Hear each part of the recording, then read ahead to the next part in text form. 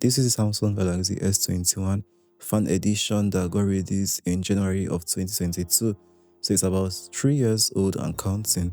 Yeah, and we have had about 2 more FEs after this, the S23 and S24 FE. Yeah, but this remains the FE with the slimmest bezels, as most of you guys can tell. But today we're going to see how good this device can be in 2025 and if it's still worth getting one of these to save some bucks. One thing you have got to love about this display is that it's 6.4 inches, so it has this perfect middle ground between not too small and not too big. Anyways, it's 1080p by 2340p, so there is enough pixels to go around. It's 403 pixels per inch, so that's very decent. And of course, like I said earlier, we have those slim bezels for an FE. I mean, the only part that is thick is the chin. Yeah, but around it has the flagship kind of thinness you expect. It goes all the way to 1200 nits in HDR and it starts at around 800 nits in high brightness mode. So it's not the best, it's not even close to the best, but it's still decent. It's like an iPhone 13 in terms of brightness, or even an iPhone 16e. But at least it has 120 Hz, although not adaptive, but at least it's 120 Hz, but takes higher battery than the regular S21's 120 Hz. At this point, who knows, maybe the base iPhone 17 might end up having 60 Hz as well. Now let's try out those speakers.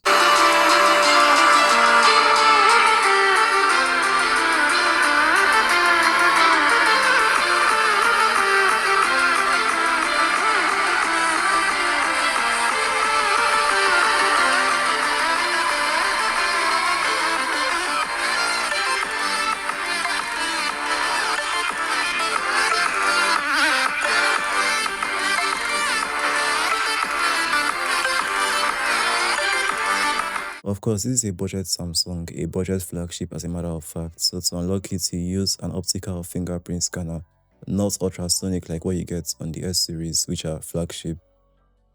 But it still works quite decently even with a screen protector on. Yep, even while the screen is off. And also we have face unlock. Let's see if my face can unlock it from where I stand. Let's try it at this angle. Unlocks, and it's also very fast. Yeah, so I think it's so fast that if you want to get into your phone before you even use the fingerprint, sometimes that's if the screen is already on, the face unlock might assist you, so that's very good. Although the face unlock is two-dimensional, not 3D like what you get on Face ID on the iPhone, so it's not as secure, but at least it helps you get into your phone very fast. So how powerful is this phone exactly? I ran a benchmark a while ago. Where is it? Geekbench 6, history. This was on a very bad day. But on a good day, we got this for the benchmarks. Yeah, you can see single core, multi-core. For single core, it scales above the average score you get. And it's about, let's see, we have 1473 right here. We have 1438, so it drags with an 8th Gen 1 Snapdragon here on the Galaxy S22, so that's very decent, although the device gets hot pretty fast.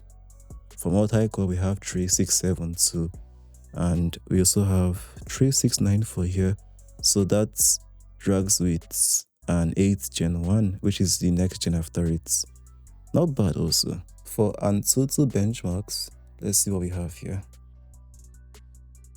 846,000 Antutu benchmark score, and this is the Exynos 2100 here, and I achieved this score in a cold environment. This is probably around what you get, or even more than what you get on the A55 and A35 5G. Yeah, so this is cheaper than those phones, but then you still get good benchmarks.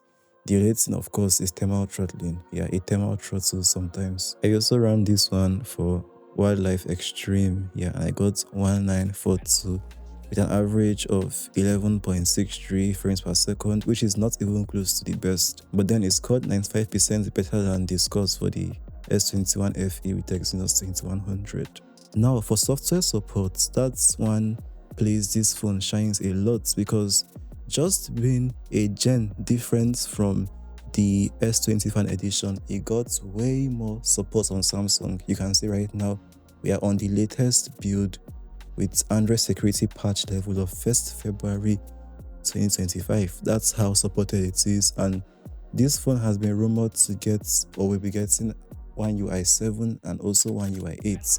Actually, One UI 7 is not even a rumor anymore. By the end of April, you should get that. And also One UI 8 is very possible because the device got released in 2022. Yeah, so it's supposed to get 4 years of major Android upgrades. Android 14 supports it quite very decently. Always remember the price you pay for this, about $180 or so. For the price, you get very decent software support. Along with those few Samsung's AI stuff, Galaxy AI you get on it, you get Remaster, you get Objects Eraser, you get something else. I think you get Cycle to Search. That's actually Google's anyways, but it still counts. Yeah, this Cycle to Search.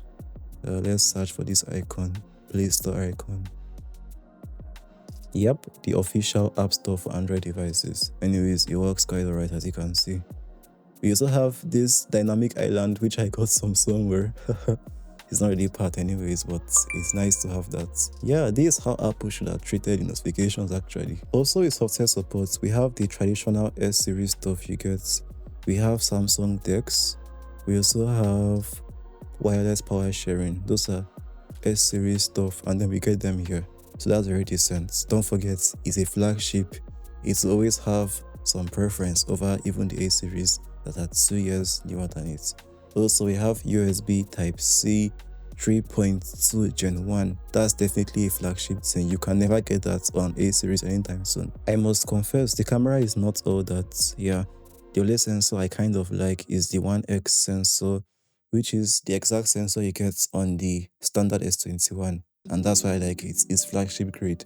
But then the 0.5x sensor is or gets kind of noisy sometimes. It's not all that, and also a telephoto also kind of weird. The telephoto has way less megapixels than what you get on the standard S21. I think it's about 12 megapixels, while you get up to 64 megapixels of telephoto on the standard S21, which is a huge difference. So before you can get nice pictures on this telephoto, you might have to like shoot in a well-lit environment. Trust me, if you try this thing indoors, you're going to hate it. But then the 1x sensor is quite reasonable because it's flagship grade. You can see portrait also works a bit well, although it has bad edge detection, but that's not really all that. What I'll say is that the camera still does better than like the A35 and A55. Yeah, it has natural shots. The shots look more natural. The A35 and A55 have this kind of oversaturation just to make up for their lack of good lenses. I made a gaming test for this device along with battery drain, so if you want to see that, it's linked up here. You can see it. I played Call of Duty Mobile, Asphalt 9, Shadow Fight. I played a number of games, yeah, and I showed you guys how the battery dropped with respect to each game. So if you want good insights, go over there.